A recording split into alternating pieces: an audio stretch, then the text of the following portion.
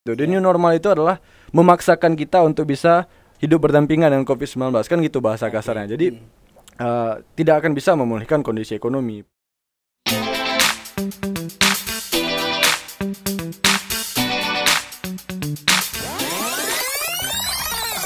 Man and match. Oke. Roll action. Bismillahirrahmanirrahim. Assalamualaikum warahmatullahi wabarakatuh. Sahabat-sahabat ujung barat, ketemu lagi dengan saya Cika Setiadi. Hari ini kita kedatangan tamu seorang mahasiswa, seorang leader di Ikamba, Ikatan Mahasiswa Kota Banda Aceh, Bro Lazuardi. Ya. Apa kabar, Bro? Salam corona. Salam corona ini ya. Karena kemarin asik beda-beda aja salamnya. Ada yang gini. Ada yang gini. siku, Bang. Ada siku, ada yang silang, macam-macam. Kita gini aja gitu Simbol ya. aja tuh. Oke. Lazuardi, panggilannya kita panggil siapa nih? Laju boleh, imam boleh, Bang. Yang mana yang Imam. Kok jadi imam ya? Lazuardi, di mana imam ya? Lazuardi Imam Pratama. Oh gitu. Kita panggil Pratama aja mungkin. Enggak ada yang kenal. Enggak ada yang kenal ya. Laju ya. Oke, laju. Oke, laju. Laju maju apa laju mundur nih? Laju maju, Bang. Laju Kita maju harus ya. maju terus lah, jangan mundur. Oke, Laju, Oke. Ketua Umum Ikamba, Ya. ya, Ikatan Mahasiswa Kota Banda Aceh. Kota Banda Aceh. Berarti seluruh mahasiswa Kota Banda Aceh yang berKTP Banda Aceh itu di bawah naungan Ikamba ya? Iya, betul, Bang. Oke. Secara mau mereka daftar atau enggak ya, secara langsung mereka tetap jadi anggota Benar. Ikamba gitu. Berarti siapapun itu ya. Siapapun. Ini ada abang-abang ini juga mantan mahasiswa Banda Aceh. Oke. Tapi kayaknya ada masuk Ikamba dulu. Firman, Rahmat, En. Letting tuang. Letting tua ya? Oh, letting tua. Letting tua. Gitu. Padahal Ikamba sudah lama ya? Ikamba sejak tahun 2005. 2005. Tapi kalau iya. untuk kalangan paguyuban kita masih tergolong muda itu. Muda ya? Masih Oh, tergolong kebetulan muda. Firman 95 dia mahasiswanya dulu ya, Man. Masa sakit loh, ah. Masa sakit. Masa-masa sakit ya. Iya, jadi sekarang udah sukses kan? Gitu. Oke, Ikamba itu hari ini fungsi dan tugasnya apa aja sih? Bisa mungkin sedikit jelasin. Ya, jadi fungsi utama Ikamba itu sebenarnya dua dia, Bang. Yang pertama itu kan kita menunjang pembangunan SDM anak muda. Yang kedua, kita mengawal kebijakan pemerintah Kota Banda Aceh. Jadi dari setiap tahun fokus kita di situ. Mungkin cara eksekusi ya beda-beda, tapi fokus kita tetap di situ. Mengawal dua tadi, menunjang pembangunan anak muda dan mengawal kebijakan pemerintah Kota Banda Aceh. Oke, mengawalnya dengan cara seperti apa kebijakan Kota Banda Aceh? Ada banyak cara, Bang. Jadi Ikamba ini kan kebetulan kita punya akses ke pemerintah. Jadi ada beberapa kawan-kawan mungkin yang kesulitan misalnya punya akses ke pemerintah, tapi Ikamba kan punya akses langsung. Kita punya beragam cara, mulai dari misalnya mengingatkan langsung, mungkin kalau misalnya memang memungkinkan, ada beberapa momen memungkinkan ngomong langsung, ada beberapa momen juga kita ngomong ke media misalnya, ataupun juga kita buat aksi-aksi, misalnya kita buat diskusi yang ada nanti melahirkan rekomendasi. Kita juga sering buat kajian-kajian terkait dengan kebijakan pemerintah itu. Pernah sejarahnya Ikamba itu bisa merubah kebijakan Kota Banda Aceh? Memang kalau udah dilahirkan kebijakan pasti pemerintah nggak bilang ini dipengaruhi oleh Ikamba, pasti pemerintah kan nggak bilang. Nggak tapi bilang ya. Tapi ada ya? Ada, pasti ada, Ada ya? dan mungkin beberapa hal ini juga belakangan ini terkait dengan penanganan COVID yang lagi hangat. Kita juga sering memberikan masukan kepada pemerintah dan alhamdulillah respon pemerintah kota juga cukup terbuka gitu. Oke. Ya. Luar biasa. Ikamba. Kira-kira hari ini ada berapa sih anggotanya? Di website kita yang terdaftar itu ada 200-an lebih, Bang. 200-an lebih. orang? 200-an orang. Kok sedikit? Itu kan ya- mahasiswa Banda Aceh kan banyak. Ya, makanya kan tadi kayak saya bilang anggota Ikamba itu sebenarnya selain yang terdaftar, ada juga orang yang nggak mendaftarkan diri ke Ikamba, tapi dia juga sebagai anggota gitu. Oh begitu. Iya. Websitenya apa? Mungkin bisa dipromo di sini nanti. Ikamba.id. Oke, ada Instagramnya? Ikamba official. @ikamba official. Ya. Oke, nanti kita tulis di deskripsi aja ya. Oke, siap. Oke, ada di bawah ini. Bawah. Mana ya? Klik aja description. Oke, Ikamba itu hanya di Banda Aceh atau ada di luar Banda Aceh? Di luar Banda Aceh ada mungkin paguyuban mahasiswa Kota Banda Aceh ataupun pemuda Kota Banda Aceh, tapi mungkin namanya beda-beda. Namanya beda. Dan juga kita nggak punya ada sistem hierarki yang jelas itu. Maksudnya bukan hierarki konkret siapa yang di atas, siapa yang di bawah. Itu artinya selama kita sama-sama anak Banda Aceh, kalau kita saling membutuhkan, kita akan saling koordinasi untuk saling membantu. Oke, begitu. Nah, terus gini nih. Ini sebagai mahasiswa ya. Oke. Oke, berarti hari ini kita ngobrol laju sebagai mahasiswanya ya. Siap. COVID-19 mempengaruhi seluruh aspek termasuk dunia pendidikan Ya. dan perkuliahan dan mahasiswa, dosen dan sebagainya. Ada hari ini yang namanya istilah kuliah daring. Kuliah daring. Ya, sebenarnya sih dari dulu di luar negeri juga sudah mulai Sudah ada, duluan ya. sudah duluan. Ya. Tetapi mungkin tidak seintensif Sekarang. Nah, ada nih berita-berita di luar itu yang memang wah ini kuliah daring ini bermasalah, mahasiswanya berontak, nggak setuju dan sebagainya karena ada permasalahan bla bla bla. Nah, pendapat Laju sendiri sebagai ketua Ikamba gimana nih?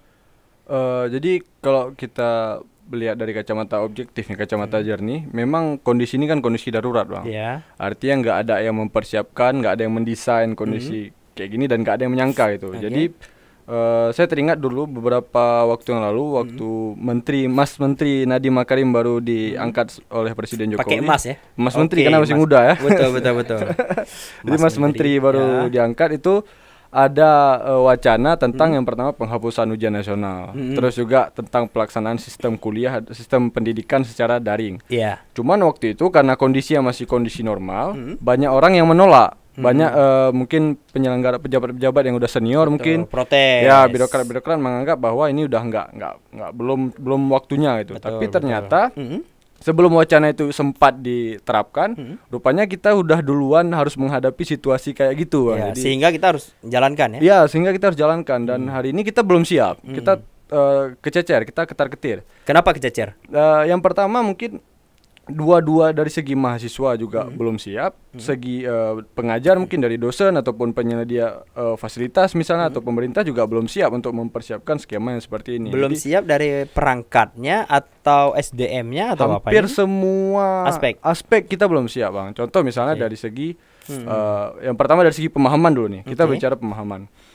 Pemahaman orang tentang kuliah tentang perpindahan ruang kuliah dari kuliah di ruangan ke rumah itu adalah banyak orang yang mengartikan bahwa libur kuliah, libur Iya, sekolah itu. Jadi betul. itu pemahaman seperti itu yang harus kita luruskan dulu. Iya. Kita hari ini kita hanya berpindah tempat yang biasanya di ruangan secara sama-sama. Hari ini kita harus di rumah dengan kondisi yang masing-masing gitu. Iya. Nah, dengan catatan saat ini sedang kondisi darurat. Iya. Nah, jadi pemahaman seperti itu yang harus diluruskan.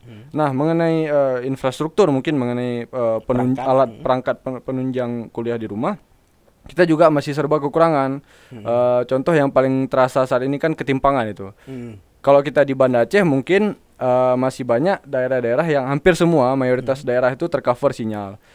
Hampir seluruh provider kartu itu bisa tercover sinyalnya di Banda Aceh. Tapi kan kalau kita misalnya bicara di daerah yang agak tinggi mungkin atau agak terpencil, mahasiswa kalau kita bicara di Banda Aceh, di kampus-kampus besar ini kan mahasiswanya hampir dari seluruh Aceh. Jadi nggak semua asal mahasiswa itu tercover oleh sinyal. Ya, contohnya? Contoh misalnya kayak di Nagan Raya itu ada berita-beritanya juga banyak. Sampai itu orang alhamdulillah kita juga punya jiwa sosial saling ini gotong royong ya. Sampai orang kampung itu menyediakan shelter sementara, pondok darurat untuk anak-anak di daerah itu melaksanakan kuliah. Tentu kan bangunan itu dibangun di daerah yang agak tinggi, di yang bisa terjangkau sinyal. Iya. Tapi kan kondisi seperti ini kan secara psikis kan artinya tidak mendukung, Bang. Artinya enggak pasti ada tahapan-tahapan yang terganggu. Mungkin misalnya dari segi jarak yang agak jauh.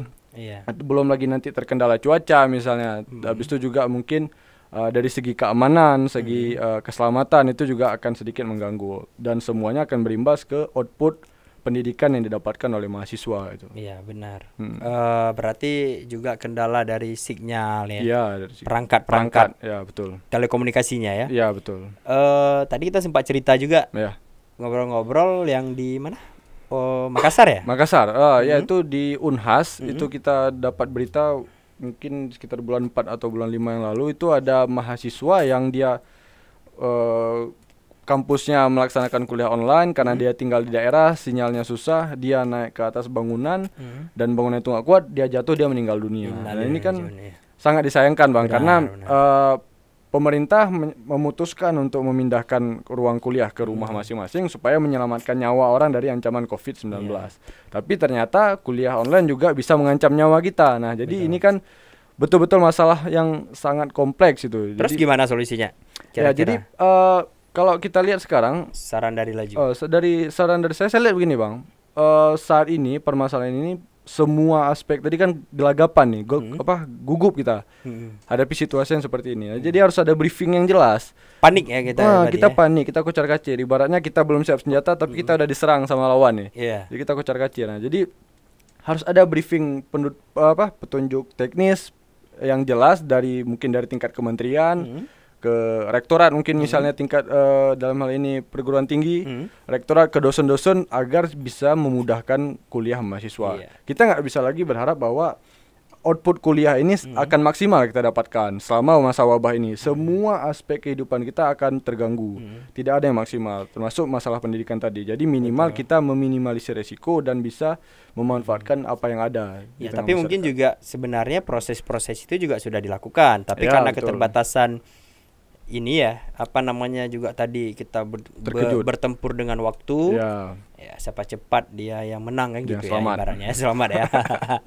Oke, jadi itu di Aceh ada sempat korban nyawa mahasiswa gara-gara karena kuliah online.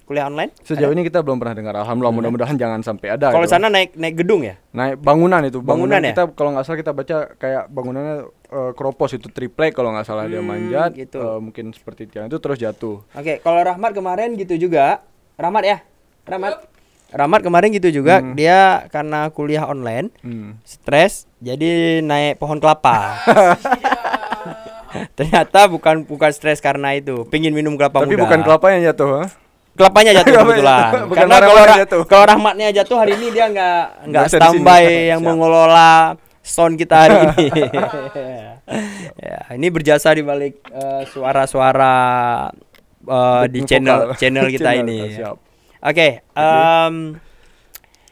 berarti alhamdulillah ya di Aceh tidak ada yang. Mudah-mudahan jangan sampai ada lah. Jangan sampai ada. Karena kita udah kita kan korban meninggal karena positif COVID 1. Mudah-mudahan jangan sampai ada korban karena menghindari COVID itu. Betul. Ya, jadi menghindari COVID untuk selamat, bukan untuk celaka. Sekarang sudah mau masuk ke new normal. Ya, fase new normal. Yang mana kita ketahui di Indonesia itu akan segera diberlakukan, dan juga di dunia pendidikan juga sudah mulai terdampak, mau diaktifkan lagi sekolah, kampus-kampus dan sebagainya. Mall saja kan sudah beberapa dibuka. Walaupun kita di Aceh sepertinya tidak berdampak signifikan, tidak pernah tutup kecuali sekolah. Nah, gimana nih pendapat mahasiswa atau dari Lajunya sendiri tentang the new normal ya? New normal ini gitu. Jadi the new normal ini kan ada beberapa, istilahnya kan ada beberapa anak tangga Bang. Sorry, saya potong. Kalau minum aja ya. Oke. Karena nggak ditawarin tadi. Oh gitu. Aduh, lagi-lagi telat ditawarin.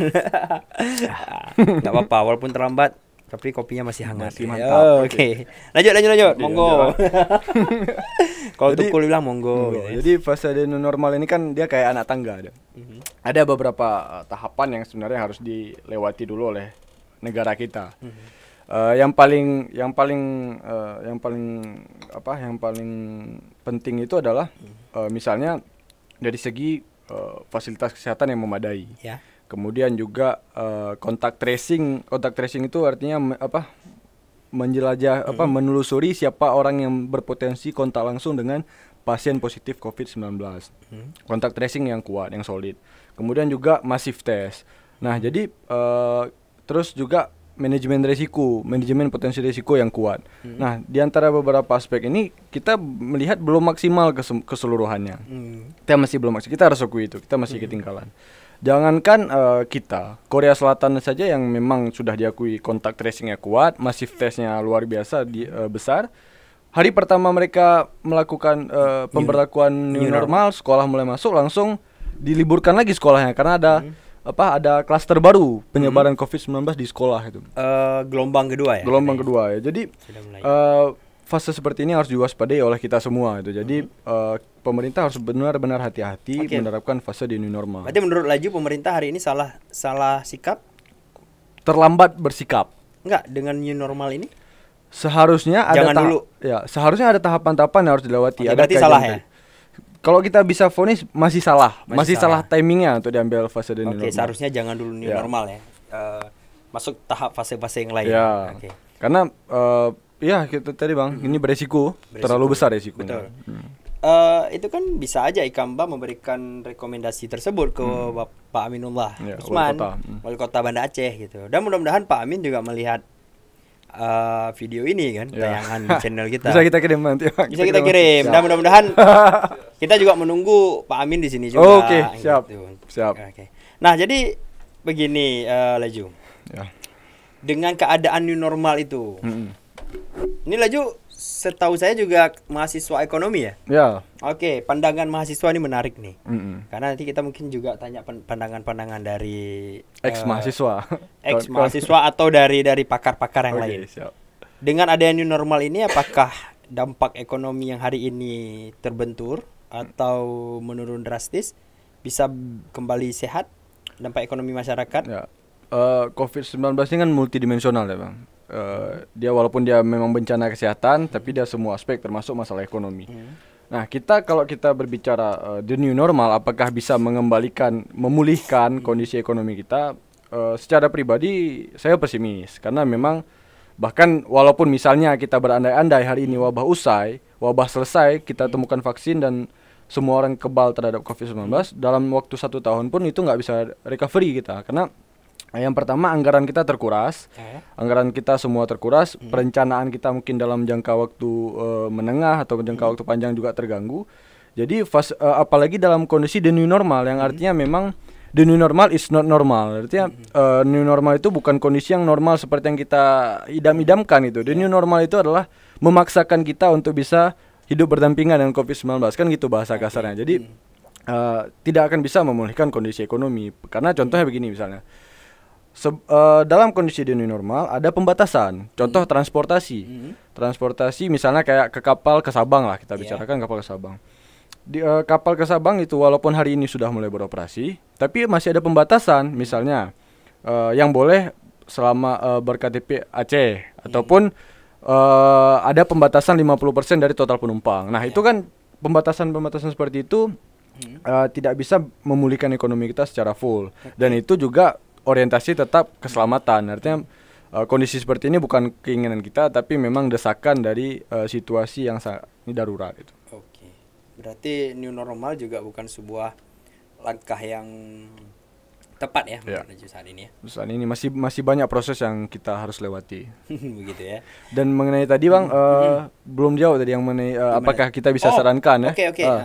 Memang untuk ke pemerintah kota kita bisa sarankan, tapi the new normal ini kan kebijakan dari presiden langsung itu. Artinya seluruh pemerintah daerah itu harus berkoordinasi ke pusat mengenai kondisi the new normal, dan dalam pelaksanaannya the new normal ini juga nggak semua daerah bisa sama indikator the new normalnya.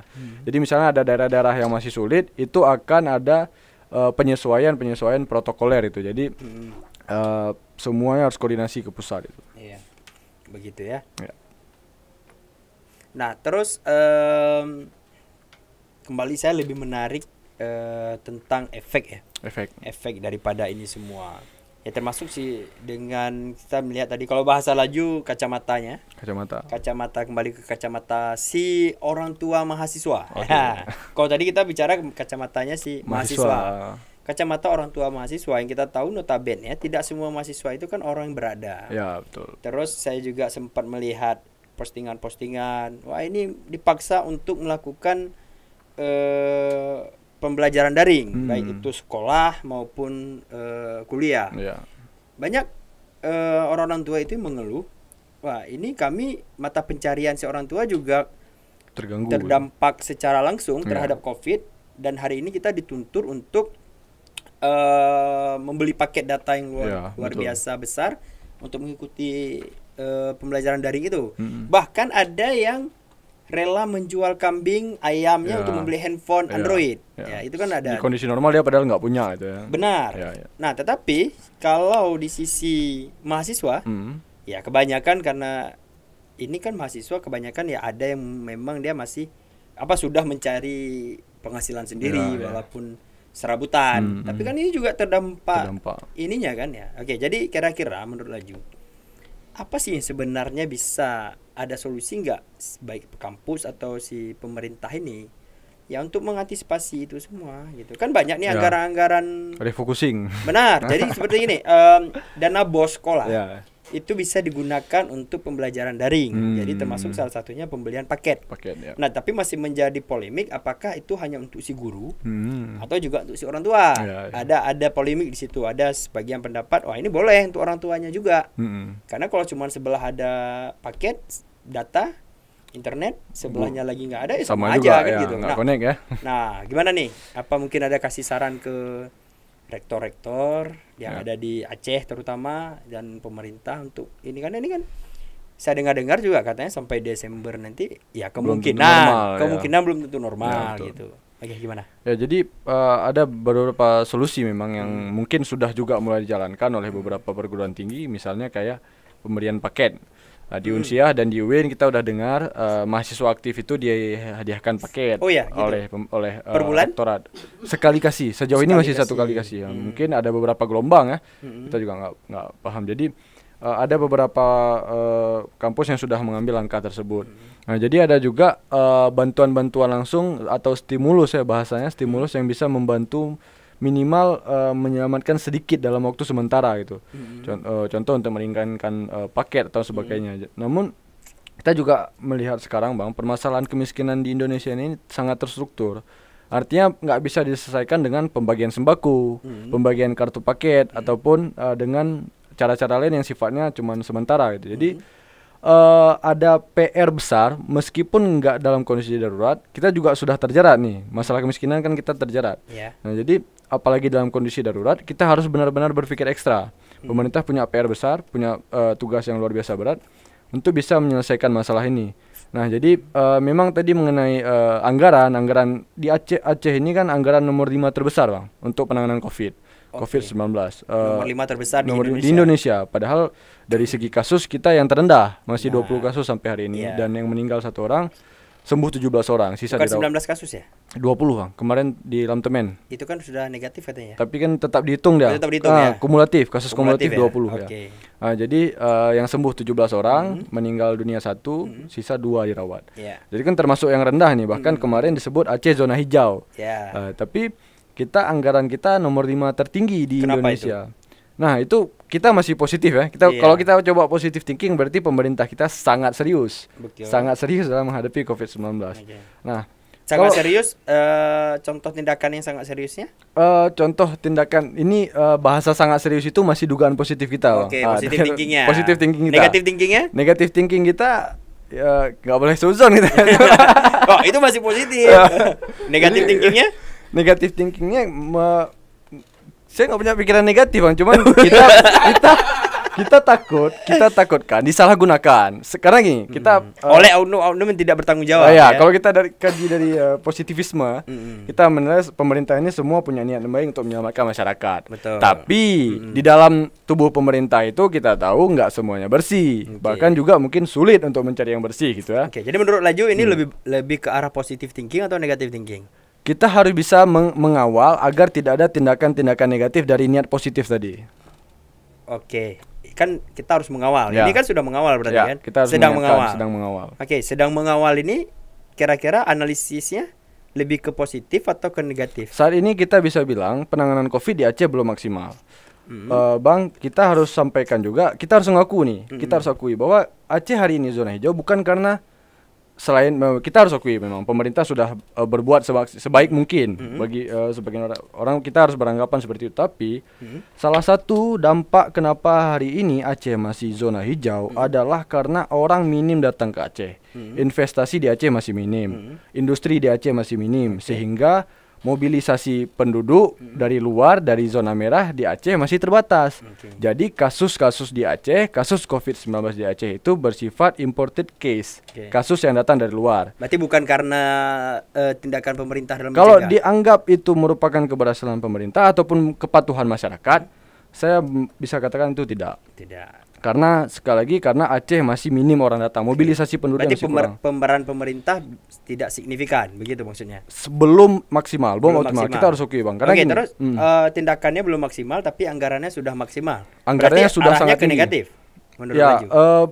belum maksimal tadi kan konotasinya berbeda-beda tuh Bang. Artinya Bisa jadi masih di saving. Bisa jadi untuk persiapan mungkin ya, plan untuk nanti sewaktu-waktu terjadi outbreak. Iyalah. Ataupun memang sudah direncanakan, ada rencana-rencana lain yang kita sekarang nggak tahu. Karena gitu. kemarin kan ada pendirian lab untuk tes swab ya, dan itu juga sebagainya, itu kan? keberhasilan pemerintah. Benar. Kita hari ini bisa kalau dulu mungkin kita tes hari ini, seminggu kemudian kita belum tentu tahu hasilnya apa. Mungkin orangnya udah berkeliaran. Hari ini sudah 2-3 hari mungkin itu udah. Jadi lebih bagus kita positive thinking. Ya, kita positive thinking. Dan juga sambil menunggu laporan pertanggungjawaban nanti di akhir periode. Siap, kan itu dia. begitu. Dan juga kita apresiasi langkah pemerintah yang memperketat perbatasan, Bang. Walaupun memang masih benar, kecolongan. itu saya sangat setuju. Ya. Ada 4 perbatasan kita. Ya. Di Tamiang, di Aceh Tenggara, Aceh Singkil. Singkil ada 2, yang satu ke Sibolga, satu ke Brastagi, arah Brastagi ya? ke arah Brastagi itu Sidikalang. Jadi 4 memang sangat ketat. Sangat strict ya. Dan itu koordinasi Forkopimda kita luar biasa di Benar. Tapi di bandaranya masih sedikit. Ya, bandara kebetulan kita juga ikuti itu Bang perkembangannya. Bandara itu memang keputusan dari Menhub pusat. Dan tapi pemerintah daerah punya wewenang untuk mendesak dengan berbagai macam pertimbangan. Nah, tadi lagi Bang, bandara kita meskipun masih kita bilang terbuka, tapi nggak seramai, nggak seaktif Bandara Soekarno-Hatta misalnya, ataupun yang paling dekat Kuala Namu. Nah itu bisa kita bilang dampak positif dari minimnya investasi kita di Aceh. Nah, jadi salah satu dampak bukan sebenarnya kita mau Aceh ini ramai, kita mau perkembangan ekonomi di Aceh ini pesat itu, tapi hari ini kita merasakan untuk saat ini jangan dulu. Kasus positif Aceh masih rendah karena orang masih minim datang ke Aceh, sehingga nggak ada transmisi lokal di Aceh. Karena kan hari ini juga beritanya Sabang sudah dibuka semua, kembali, perhotelan, rekreasi dan sebagainya, pantai-pantainya juga sudah dibuka ya. Tapi mudah-mudahan dengan dibukanya itu tidak menambah kasus baru gitu ya. Tapi kembali ke tadi, intinya anggaran 5 terbesar di Indonesia ini mudah-mudahan ini tidak disalahgunakan oleh oknum-oknum yang tidak bertanggung jawab itu. Betul. Ya kita di sini Ikamba tetap mengawal itu. Mengawal. Kita mudah-mudahan Kota Banda Aceh kita mengawal pemerintah Kota Banda. Benar, mudah-mudahan tidak ada yang mengambil keuntungan dalam keadaan seperti ini. Karena memang saat krisis itu kan saat yang rawan Bang, rawan dari keselamatan dan juga rawan dari penyelewengan. Betul. Kita udah bisa ambil contoh dari tsunami kemarin, gempa dan tsunami 2004. Terus juga masa-masa rekonstruksi itu memang rawan dan kita harus kawal semua. Karena hari ini kita punya kemudahan, siapapun bisa bicara sekarang. Kita bisa bicara melalui media sosial, kita bisa melalui podcast seperti ini misalnya. Jadi tapi hati-hati kena UIT. Itu dia tuh, itu yang harus kita hati-hati sekarang karena udah banyak tuh termasuk di mimbar akademik juga sekarang udah dirongrong tuh masalah di Banda Aceh sendiri ada kasus tentang UIT. Ada dosen kita juga ada yang kena Bang masalah UIT, tapi bukan berkaitan dengan COVID ya. Sudah jauh-jauh hari sebelum itu. Betul. Dan memang kita sangat menyayangkan ya karena UIT ini mungkin saya bukan orang hukum tapi secara penerapannya jadi pasal karet. Kita bisa menjerat orang yang nggak kita suka itu. Jadi karena dia indikatornya terlalu bias. Ya, jadi itu kan tergantung bagaimana orang menggunakan media sosial itu, kan. Betul. Jadi kan UIT itu merupakan sebuah senjata. Jadi tergantung bagaimana kita menggunakannya. Gitu. Oke, ada pertanyaan dari kawan-kawan di sini. SPP kampus gimana tuh? Wih, pertanyaannya menarik itu. SPP kampus. Oh, jadi adiknya Bang Rahmat ya? Iya. Kanda Rahmat itu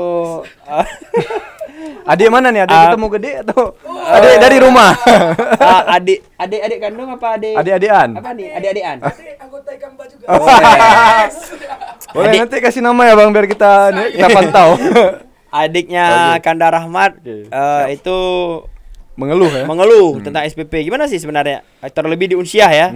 Gimana SPP-nya, apa ada ininya? Kan biasanya SPP itu kan pembayarannya per semester. Per semester ya. Oke, untuk ini apa ada pengembalian atau ada pemotongan atau gimana? Nah, jadi baru-baru ini Bang di Unsyah. Di Unsyah juga lagi jadi pembicaraan hangat nih masalah SPP.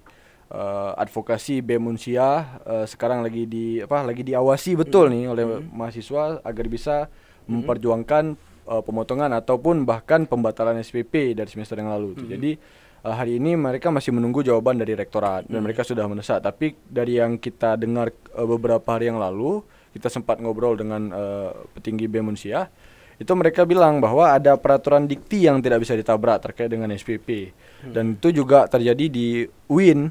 Win Negeri ya? Ya, Win. Kalau yang swasta gimana? Kalau swasta biasa tergantung dapat dengan info? yayasan misalnya ada Iya. tergantung dengan yayasannya. Nggak, Kalau yang sudah di Banda Aceh yang sudah di Banda sejauh ini juga belum ada Bang pemotongan. belum ada pemotongan. Belum ada ya? pemotongan. Karena sudah dibayar di awal biasanya. Ya, dia Per 6 bulan. per 6 bulan. Misalnya Januari kita Iya. bicara yang kemarin awalnya kan bulan 3 ya. Betul. Mulai terganggu jadwal perkuliahan. Itu SPP sudah dibayar dari bulan 12 mungkin. Iya. Jadi awal akhir Kecuali tahun. nanti di Juli ya. Kecuali nanti Juli untuk semester ke depan. Nah, itu kan pasti punya kajian. Betul, betul. Apalagi misalnya kayak universitas swasta itu kan pendanaannya kan hampir bisa dibilang mandiri gitu ya. Betul-betul harus betul. dikelola dengan baik. Betul. Gitu. Jadi untuk sejauh ini memang belum ada ada ya? langkah konkret dari, dan kita juga terus mendorong BEM mungkin yang kita kan punya kader tersebar nih Bang. Iya. Anak Banda Aceh ini tersebar di BEM berbagai universitas dan mungkin mereka bisa mengadvokasikan. Iya, yang penting jangan salah dorong ya. Yang penting jangan salah dorong masuk ke lubangnya enggak betul. Iya, benar. Ada lain pertanyaan? Mungkin bisa disosialisasiin kan. Dulu aku juga anak Banda Aceh. Siap. Oh, suaranya gede sedikit. Mungkin nggak terrecord ke Cek dengar aja lah. gimana? Yang gede sedikit. Oke. Oke. Dulu bagian masuk Ikamba cuman nggak tahu darurat mana. Cara masuk. Cara ya. Oke. Oke. Di luar mungkin banyak yang pengen masuk gitu. Ya, betul. Mungkin pengen gabung cuman gimana ya, kayak mana ya. Gitu. Oke, saya ulang pertanyaannya mungkin nggak jelas ke mikrofon. Mikrofon. Bagaimana caranya untuk masuk menjadi membernya Anggota Ikamba. Ikamba? Mungkin banyak di luar sana yang ingin bergabung, ingin meniti karir juga mungkin. Ya, bisa dijelaskan sedikit. Karena biasanya orang-orang yang bermain dengan organisasi kampus, terutama seperti Ikamba ini dan sebagainya, nanti dia akan menjadi sebuah anak tangga ke ranah politik yang lebih real setelah lulus nanti ya. Oke, bisa mungkin Ya, caranya. jadi di kondisi normal ya. Kita cerita di kondisi normal, Bang. Kemarin kita di akhir tahun kita sempat buat namanya Pesapat Anak Banda. Jadi Pesapat Anak Banda ini kita kumpulin anggota-anggota kita, calon-calon anggota kita yang mau bergabung di Ikamba untuk bisa mendapatkan legalitas sebagai anggota. Nah, tapi balik lagi kita di Bang. Sebenarnya siapapun selama dia mahasiswa Banda Aceh, dia pernah bersekolah 10 tahun di Banda Aceh ataupun dia berdomisili di Banda Aceh, dia akan otomatis menjadi anggota Ikamba.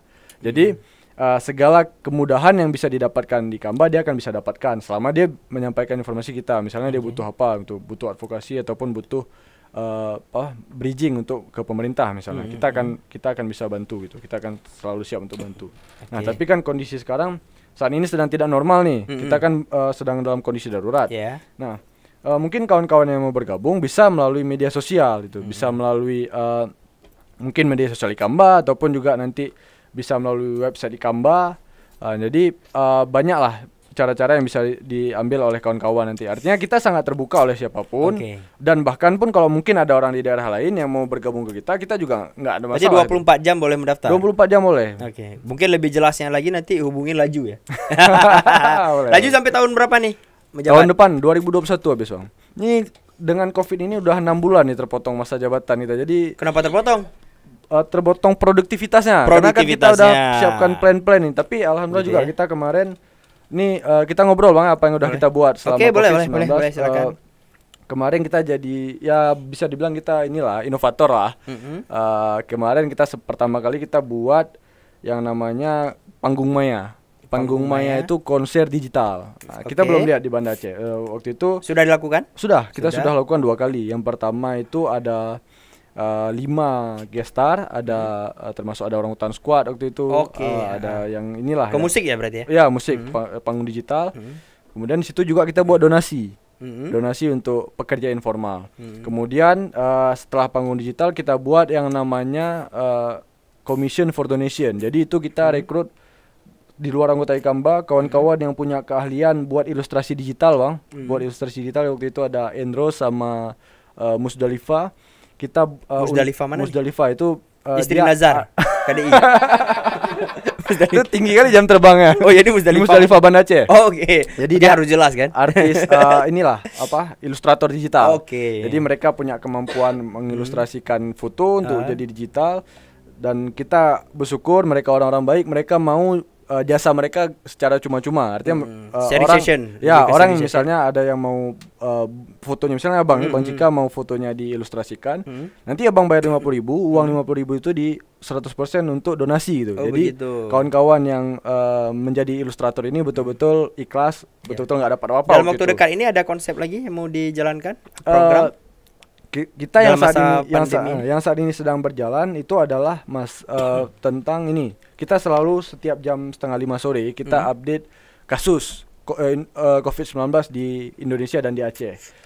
Kemarin sampai akhir puasa kita selalu sandingkan dengan artikel-artikel tentang COVID-19. Tapi setelah Lebaran ini kita hanya update kasus saja. Itu yang sampai hari ini masih berjalan. Tapi untuk ke depan kita akan melihat perkembangan nih Bang. Kita akan melihat perkembangan. Dan mungkin yang paling menarik saat ini kan mengenai situasi new normal. Nah, karena di Aceh bahkan sebelum new normal pun kondisi kayaknya normal-normal aja gitu kan. Artinya warung kopi tetap ramai, orang juga nggak ada merasa masker juga sekarang masih belum jadi kebutuhan, belum jadi ini ya. Karena di luar itu kalau kita nggak pakai masker kita yang malu Bang. Iya. Tapi di Banda Aceh kita pakai masker kita masih malu gitu dilihat orang. Jadi kebalik ya. Jadi termasuk kemarin langkah positif dari pemerintah menerapkan perwal wajib masker, tapi memang masih ada kekurangan di sana sini. Kita akan menyarankan ingin menyarankan kepada pemerintah untuk bisa membuat ini aplikasi yang bisa mendata orang-orang yang melanggar peraturan perwal wajib masker itu. Karena peraturan berat dikit itu ya, sanksinya kan lumayan berat Bang. Karena sanksi yang pertama diberi peringatan, dicatat namanya, dicatat identitas. Itu diperiksa di razia kan? Di razia, tapi memang razianya masih minim sekali. Betul. Terus juga pelanggaran kedua, KTP-nya dicabut, kartu identitasnya dicabut sementara. Yang ketiga, kalau masih kalau dia ada KTP di luar Banda Aceh, dia akan disuruh keluar dari kota Banda Aceh. Nah, tapi dalam pelaksanaannya itu susahnya orang Aceh besar tuh. Karena perbatasan dekat kali Bang. Enggak tahu dia mana. Kayak Lampenurut itu kan sebelah sini Banda Aceh, sebelah sana ya. Dia ngopi di Banda Aceh, tinggal di Lampenurut. Besar ya. Sebelah-sebelahan. Jadi tapi nggak dibarengi dengan misalnya di rumah makan, tempat-tempat umum itu kan. Tempat-tempat umum itu maunya disampaikan kepada pemilik ataupun yang bekerja bahwa tidak boleh melayani tamu yang tidak menggunakan masker misalnya. Seperti itu. Nah, di beberapa masjid kita sudah lihat itu Bang, sudah lihat ada himbauan wajib masker seperti misalnya di Masjid Kecil Lemi yang di Alam Sepeng itu sudah ada himbauan. Nah, jadi mudah-mudahan kita berharap selama masa pandemi kesadaran masyarakat meningkat dan penerapan peraturan oleh pemerintah juga semakin disiplin itu. Jadi kita masih harus berprinsip bahwa disiplin akan menjadi vaksin untuk sementara. Ya. Laju. Untuk sesi terakhir. Mungkin ada satu kalimat mau disampaikan kepada seluruh mahasiswa di Indonesia umumnya dan Banda Aceh khususnya. Mungkin lihat ke kamera mana ya? Kameraman mana ya? Kemari mungkin jangan panjang-panjang lah. 1 2 3 kalimat lah. 1 2 3 123. Oh enggak. 1 sampai 3 kalimat lah. Apa nih mau disampaikan motivasi mungkin? Silakan. Sebenarnya agak menyentuh nih Bang, bukan menyentuh. Mau baca puisi juga? Enggak apa-apa. Bukan menyentuh secara emosional, tapi betul-betul mengena kalimatnya. Boleh. Jadi saya pernah baca itu artikel dari Yuval Noah Harari, penulis buku Sapiens dan Homo Deus ya. Jadi Yuval ini pernah bilang bahwa badai yang sedang kita hadapi memang akan berlalu. Tapi sekecil apapun kebijakan yang kita ambil hari ini, entah itu pemerintah ataupun personal, akan berdampak terhadap kehidupan kita selama beberapa tahun mendatang. Nah, jadi kawan-kawan harus paham, semuanya kita harus paham bahwa kalau seandainya kita sudah terkena virus dan ini akan berakibat fatal, penyesalan sedalam apapun itu tidak akan ada gunanya itu. Jadi selama masa pandemi ini tahan diri, kita saling menjaga, jaga diri, jaga jarak, jaga kalau tidak perlu kali tidak usah keluar rumah kecuali dalam kondisi kondisi yang darurat, dan yang paling penting adalah kita harus bisa saling membahagiakan, saling mendoakan dan saling menguatkan agar semua kita bisa selesai melewati pandemi ini. Itu dia tadi pesan-pesan dari seorang ketua Ikamba kepada seluruh mahasiswa yang ada di Indonesia dan di Aceh khususnya. Ya silakan. Minum terus. Kebetulan bisa minta tambah nih kopinya? Boleh. Mungkin sebelum saya tutup, kemarin kebetulan ada yang DM kita nanya itu yang di atas meja minuman apa ya gitu. Kayak sepertinya boleh sebut merek? Nggak apa-apa. Jadi gini, sepertinya Sepertinya itu yang nanya itu bukan dari Aceh. Oh. Saya lihat. Jadi perlu diketahui ini yang kita minum ini namanya Sanger. Sanger. Jadi hanya ada di Aceh. Saling ngerti. Ya, kalau ya saling ngerti. Saling Nah, ngerti, sama-sama sama ngerti. ngerti, ya. Tapi itu historinya panjang, kita nggak bahas di malam ini. Intinya Sesi itu Sanger. selanjutnya nanti dibahas. Mau rasa, mau tahu lebih lanjut datang ke Aceh. Tapi nanti setelah Setelah pandemi. COVID. Jangan bawa virus, Jangan jangan bawa dulu virus. dulu kata Laju ya. Oke, itu aja Laju. Terima Siap. kasih. Siap. Terima Sukses kasih terus telah- Bang Cika Oke, terima kasih. dan kawan-kawan semua. Ya, sukses juga untuk Ikambanya. Siap, mohon Tetap doanya, mengawal. Oke. Mungkin ke depan bisa kerja sama kita. Mungkin nanti kalau ada isu-isu menarik lagi kita bisa undang lagi Oke, ya. siap, siap, Oke. Bang. Baik, itu aja dari kita. Assalamualaikum warahmatullahi wabarakatuh.